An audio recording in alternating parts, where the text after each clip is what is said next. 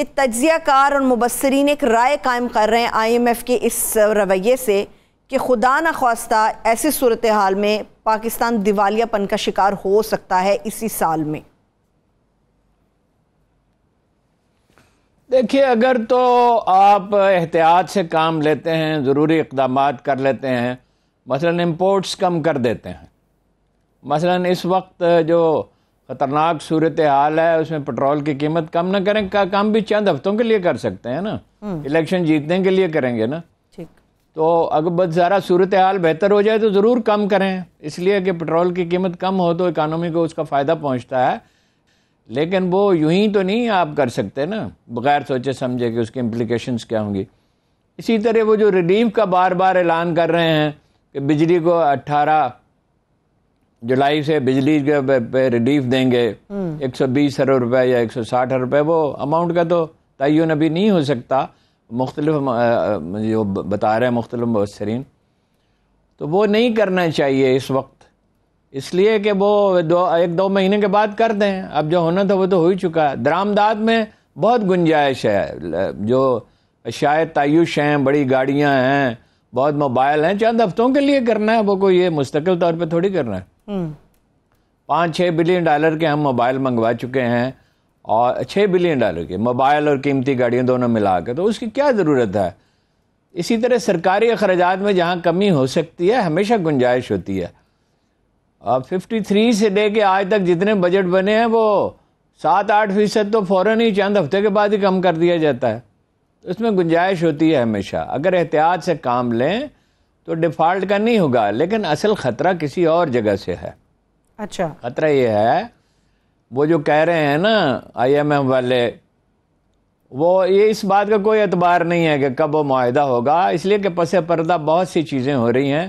میں نے آپ سے پہلے دن ہی عرض کر دیا تھا کہ مفتیٰ صاحب پتہ نہیں کیوں خوش گمان ہے اتنے، مفتیٰ صاحب ممکن ہے اکانومی کو کچھ نہ کچھ سمجھتے ہوں، زیادہ تو نہیں سمجھتے، تو اندازہ ہو گیا، لیکن وہ انٹرنیشنل پالیٹکس کو اور اس کی انٹرنیشنل اسٹیبلشمنٹ کی ترجیحات اور معاملات کی پیچیدگیوں کو تو نہیں سمجھتے، وہ تو ایک کاروباری آدمی ہیں، وہ تو ابھی سٹاف کی سطح پہ میٹنگیں ہوں گی اور بہت سی چیزیں ہوں گی، مثلا آئی ایم ایف یہ کہتی ہے کہ جو منتخب نمائندے ہیں ان کے ایسٹس ڈکلیئر کریں، اور ظاہر ڈکلیریشن سے مراد یہ کاغذی کارروائی نہیں ہے، وہ کہیں گے جی کہ پراپر کریں اس کو اور اس کی تصدیق ہونی چاہیے۔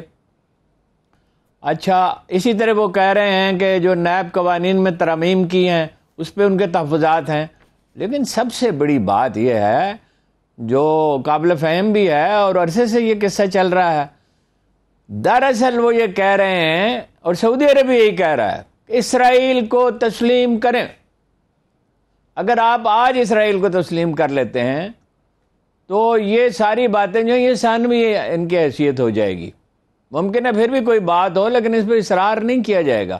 ٹھیک، وہ جب آپ نے یہ اصل میں فضا خود شہباز شریف صاحب نے اور خواجہ آصف وغیرہ نے ہموار کیا، یہ کہہ کے کہ ہم بڑے مجبور ہیں، ہمارے حالات بڑے خراب ہیں اور ہم تو بستر مرگ پہ ہیں اور ہماری زندگی کا انحصار امریکہ پہ ہے اور بیگرز کا کوئی چوائس نہیں ہوتا اور بھیک مانگنی پڑ رہی ہے۔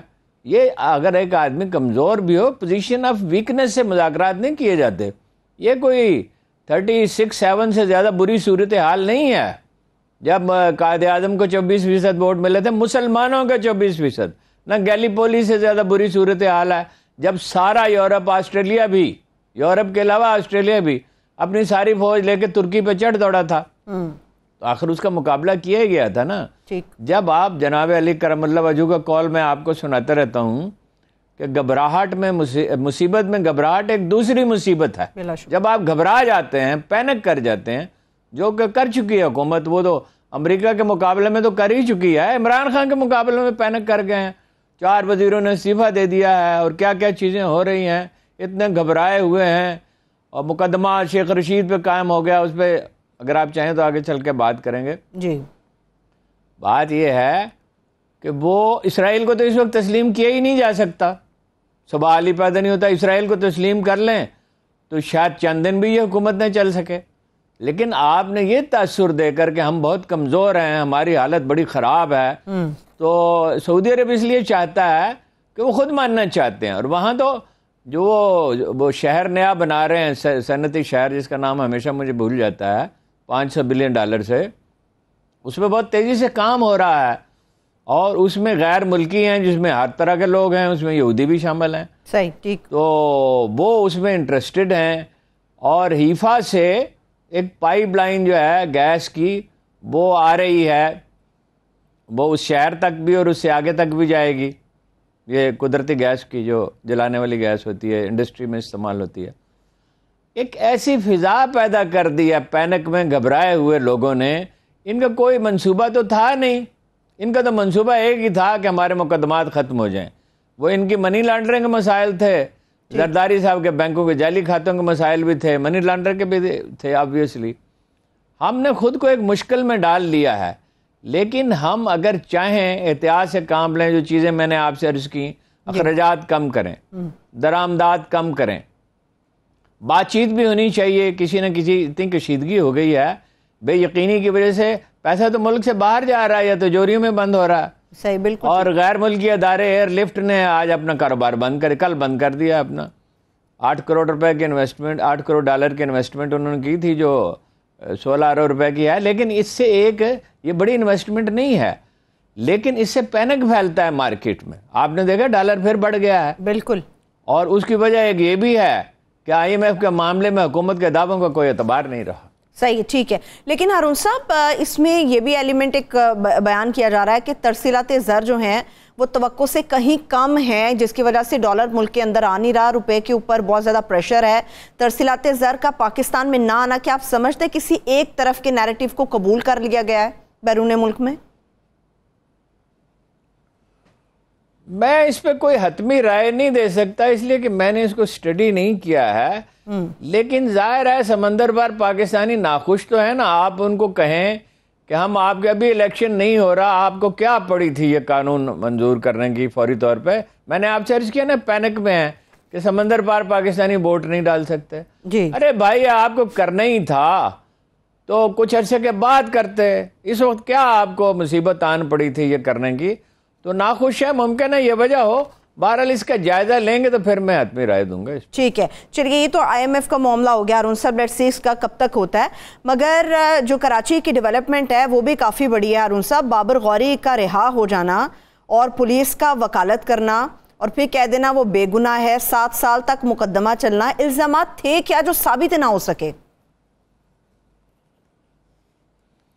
گزارش یہ ہے، وہ تو بہت حیران کن واقعات ہو رہے ہیں نا.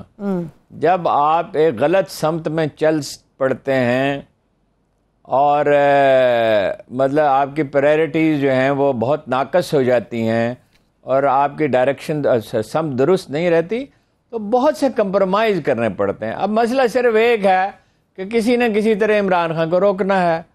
تو اس کے لیے پھر ہر طرح کے حربے استعمال ایسی پارٹیوں کی حوصلہ افزائی کی جا رہی ہے جو دہشت گردی میں ملوث رہی ہیں اور انتہا پسندانہ رجحانات رکھتی ہیں، اور بہت سی چیزیں ہو رہی ہیں. اب بابر غوری کا معاملہ تو دیکھیے یہ ہے نا کہ وہ شپنگ کے منسٹر تھے جی، اور میرا خیال ہے اس کے بھی رہے، اپنا پروڈکشن کے بھی رہے.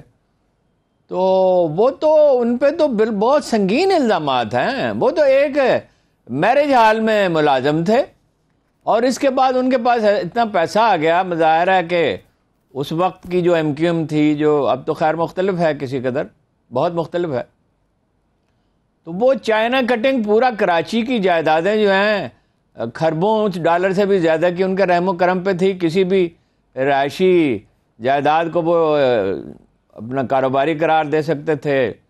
کہیں بھی چائنا کٹنگ تو ہوتی تھی، پلاٹوں پہ، سرکاری زمینوں پہ قبضے.